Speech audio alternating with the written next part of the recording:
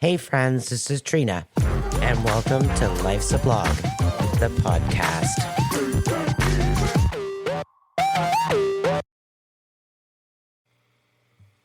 Hey everybody, hope you had a great week. You know what I've been thinking a lot about lately? We spend so much time attaching our purpose to people, to being a wife, to being a mom, to being part of something that feels stable, meaningful, safe. And when that changes, we panic because it feels like we lost our purpose. But you didn't. You just outgrew the version of it that existed in that chapter.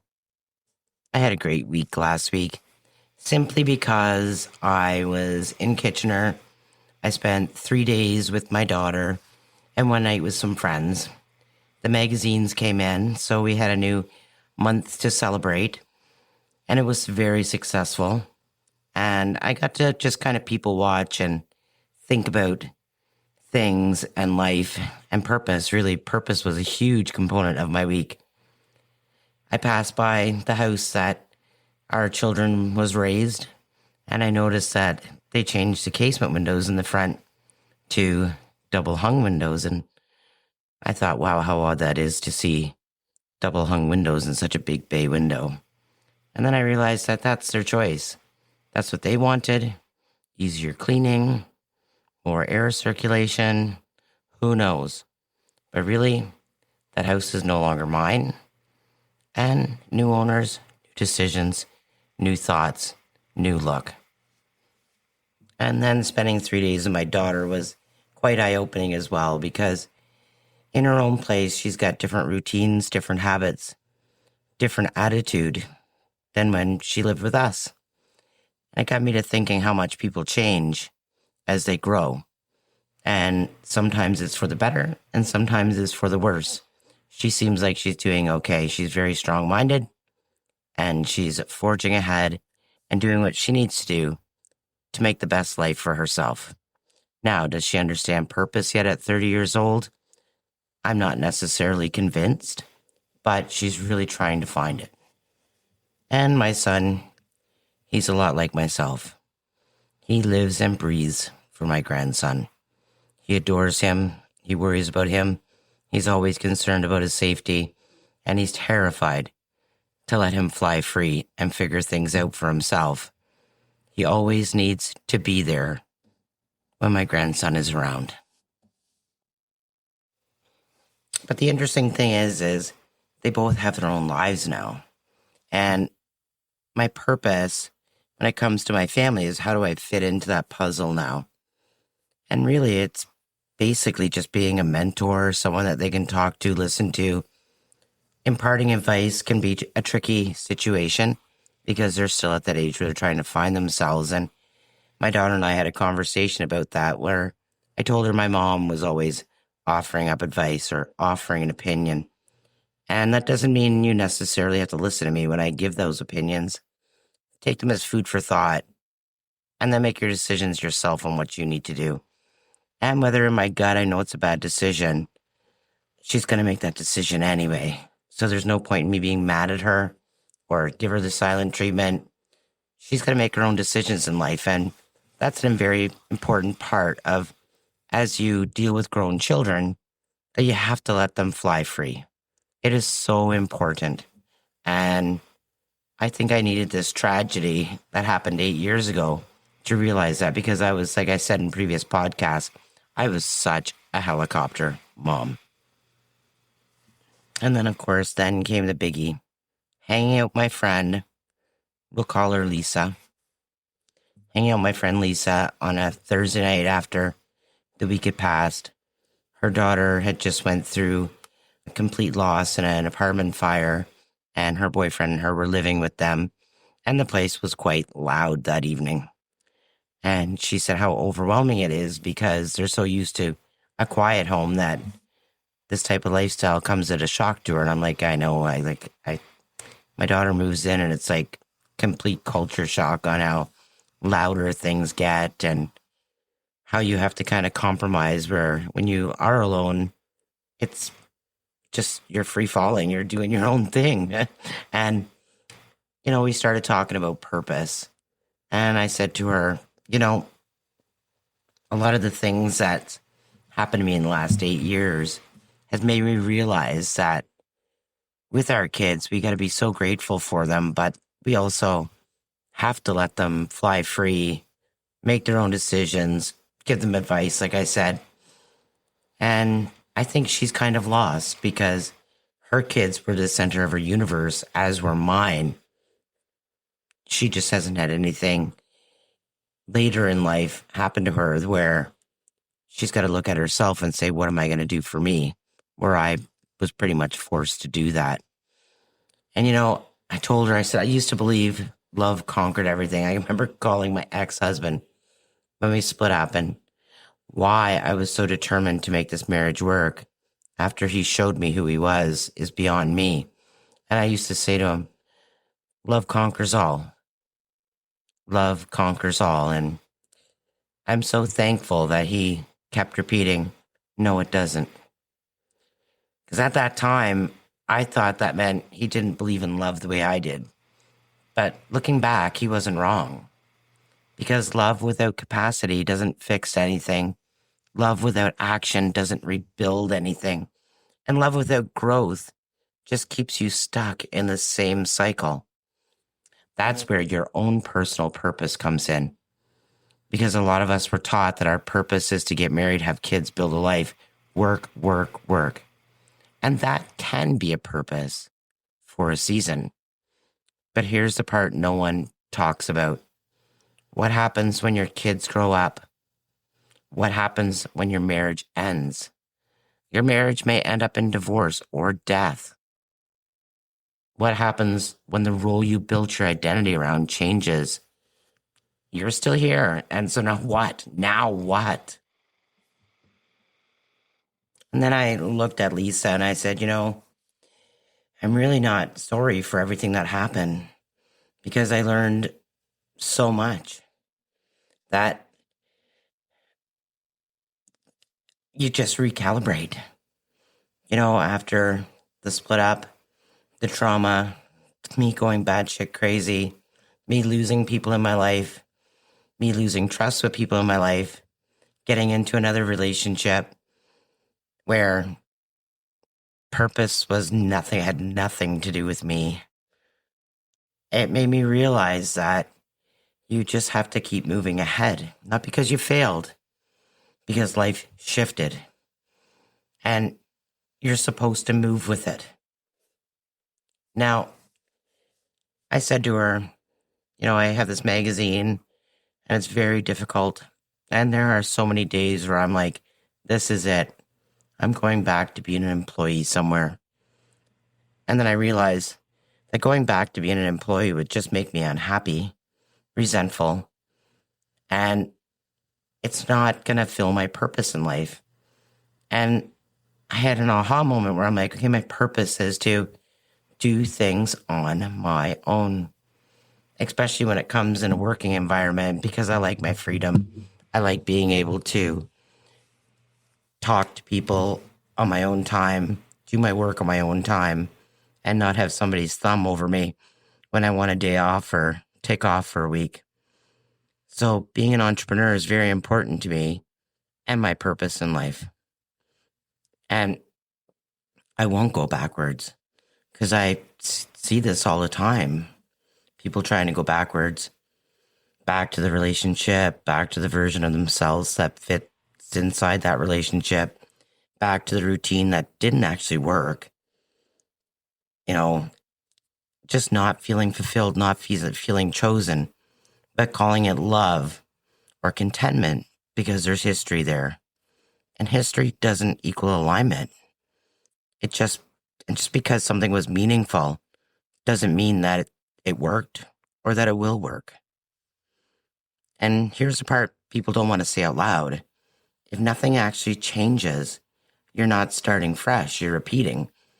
And that repetition doesn't just affect you, it affects the people around you, especially your kids, because they don't just watch what you say, they also watch what you accept. So I feel like I'm teaching my children in not accepting the things that I didn't accept after my trauma really showed them a level of resilience that we so badly need in this day and age. Groceries are more expensive. Minimum wage isn't skyrocketing to cover the rent. You have to live with someone. You have to experience the meaning of aloneness. And my daughter's very fortunate that she can live alone. But what happens when she can't? Well, she's got to take a roommate. She can't keep living with me because that is going back to old patterns.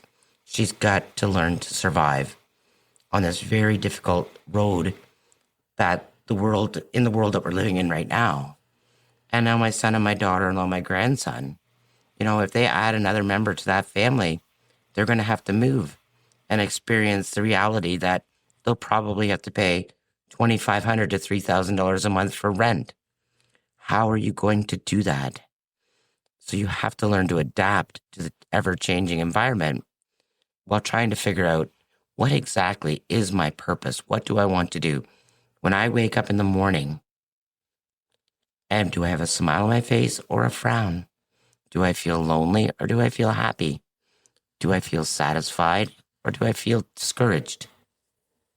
I know for myself, as hard as life has been, I wake up every morning with a smile on my face. I do have very down days at times. There are times where I think, why am I here? Why don't I go? But that's very short-lived because I think a lot in life right now can bring us down, but it's up to us to push through it, to believe in ourselves, and to forge ahead. The resilience. And Lisa asked me if it's lonely without someone in my life, and I said, yes, I'm lonely. I have a lot of lonely nights, but this is really where learning is coming in too, and learning about my purpose. I wake up in the morning and I work. I have taken on hobbies like cooking sourdough, a little bit of painting. I've tried to get in my photography again, but again, that's looking backwards. And with my cataract surgery, I'm really not as interested into it as I was before. I used to love doing concert photography. My passion isn't there anymore. And I feel in some ways my purpose has evolved into something entirely different than who I was even 3 years ago. I don't like to drink as much as I did anymore. I'm not sober, but I certainly don't like to have a drink when I'm alone. I don't like to have a drink when I'm sad or mad. I like to do things, but I'm also very quiet, trying to save my money and keeping myself on a budget because, again, I'm an entrepreneur and we don't know where that's going to go. So I told her, yes, it's absolutely lonely, but I'm not going to reattach myself to anything in the past because that experience of begging and saying love conquers all made me so proud of myself that, when my last relationship ended, I just showed him the door because there was lies and untruths that were just not told. Nothing was honest. When my partnership, my business partnership, there was, the reality of it was work was not matching the compensation that we were both receiving. And I had the strength to go, you know what, I'm good without you. You can stay, but you're going to have to match my work level. But if you go, I don't care if you blame it on me. I don't care if you make me look like the worst person. I'm fine with that because I actually need that resource that we give you every month to have hardworking people to grow this magazine. And that's exactly what's happening now. I've got an amazing team that supports me and wants me to win. So I explained, so instead of chasing what was or looking back at what was and being all sentimental and dramatic over it, I'm actually building something that doesn't rely on anyone else to exist. My magazine, my podcast, my voice. I feel in many ways this is my purpose right now. I feel an obligation. Even though I don't have thousands of listeners on my podcast, I feel like this is an obligation that I must do on a weekly basis because it fulfills me. And I've made myself accountable to keep this going and not giving it up and saying, no one's listening to it. I'm going to stop. Just very much like my blog. There was a time my blog had like 10 viewers a week, and I just kept at it, and I just kept at it, and just kept at it. And I get a lot of visitors per week on my old content, and including my newer things that I don't put up very often, but I do on occasion. So I'm not waiting. I'm not hoping someone comes back, not trying to recreate something that didn't work. I'm just creating something new. And I want to see the magazine become different, even as it is now. But the transition's got to happen in order for the new to develop, because there's a lot of risk involved as well. And that's a part of moving forward and trying to find your purpose is risk. You have to take a risk in order to really define your purpose definitively. And I also said to Lisa, if someone comes in my life, great, but they have to add to it. They don't become it. And that's the shift, the learning that I've went through in the last few years. And I think that's where a lot of people get stuck. They're waiting for purpose to show up in a form of a person instead of realizing purpose is actually something you build every single day. And even with our kids, I get asked this a lot. What if they don't know what they want to do? What if they keep switching careers or college programs, trying different things? And I said, sometimes that's exploration, but sometimes it's fear. Fear of choosing wrong, fear of committing, fear of failing. A lot of the times that's instilled by our parents. And our job isn't to push them into a path. It's to help them build the confidence to choose one, even if they change it later. Because purpose isn't just one decision. It's a series of decisions stacked over time. And I'm going to talk about a movie before I dissect a song. I don't know if any of you guys saw the movie A Dog's Purpose. And in the movie, this dog keeps coming back, living different lives and serving different purposes each time. And I really love that concept, because that's exactly how life works. You don't have one purpose. We actually have many. Wife, mother, partner, builder, creator, leader, different seasons, different roles, but the same person. So the song I'm going to reference this episode is Unwritten by Natasha Bedingfield. This song is almost a blueprint for what I'm talking about. It's not just feel good. It's a direct counter to the idea that your purpose is tied to one role, one relationship, or one version of your life. So let's break it down in a way that you'll understand. The rest is still unwritten. This is your anchor. It directly challenges the belief. My purpose was my marriage. My purpose was raising my kids. My purpose is over. No, that chapter is written. The rest isn't. And this is where you tie in your story. You're not starting over from nothing. You're continuing with experience. And that's a very different angle. Like, I thought I had my purpose, had an ending, but it didn't. It just had a turning point. Feel the rain on your skin. No one else can feel it for you. This is ownership. No one else can step in and live your next chapter for you. Not your ex, not your kids, not some future partner. This line kills the fantasy that someone is going to come in and restore your life. They won't. They can join it. They can add to it. But they don't build it for you. No one is coming to hand you your next purpose. You have to build it with purpose. No one else can speak the words on your lips. And this is all about identity. When people lose a relationship, they often lose their voice. And boy, do I know that. And they start second guessing. Who am I now? What do I even want? What do I say yes to? The line is a reset, if you will. You decide what you stand for now. You decide what you tolerate now. You decide what your life looks like now. If you go back and nothing has changed, this is not a whirlwind romance or, the great love story. You're still not using your voice. You're kind of just defaulting. Live your life with arms wide open. This is where people get it wrong. They think this means be open to love, be open to them coming back, be open to fixing it. And that's not what this is saying. This is about you being open to new versions of yourself, new work, new direction, new boundaries, new standards, not reopening doors that already showed you what they were. Today is where your book begins. This is the cleanest way to explain it,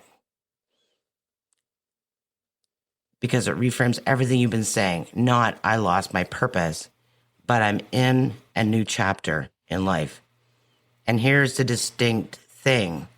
A lot of people are trying to reread old chapters instead of writing the next one. And that's where they get stuck. So to tie this song in, there was a time I thought my purpose was tied to being a wife and a mother. Then I thought maybe it was tied to holding a relationship together or being a relationship guru. Then I realized my purpose is something I build, not something I wait for. So therefore now I'm building a magazine, I'm building a voice, I'm building a life that doesn't collapse if someone leaves it. And that's unwritten in real life. So,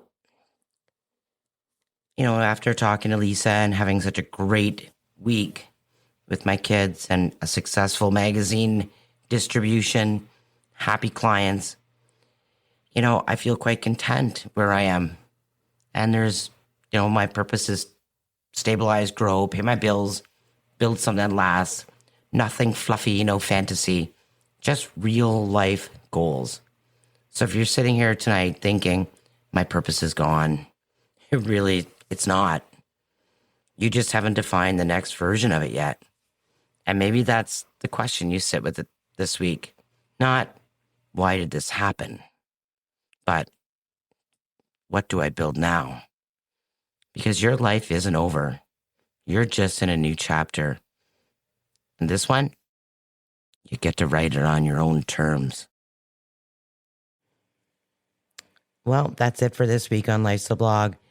I hope that you were able to take something from this conversation, and whether it stirred you up or made you look at your life differently, that's the point.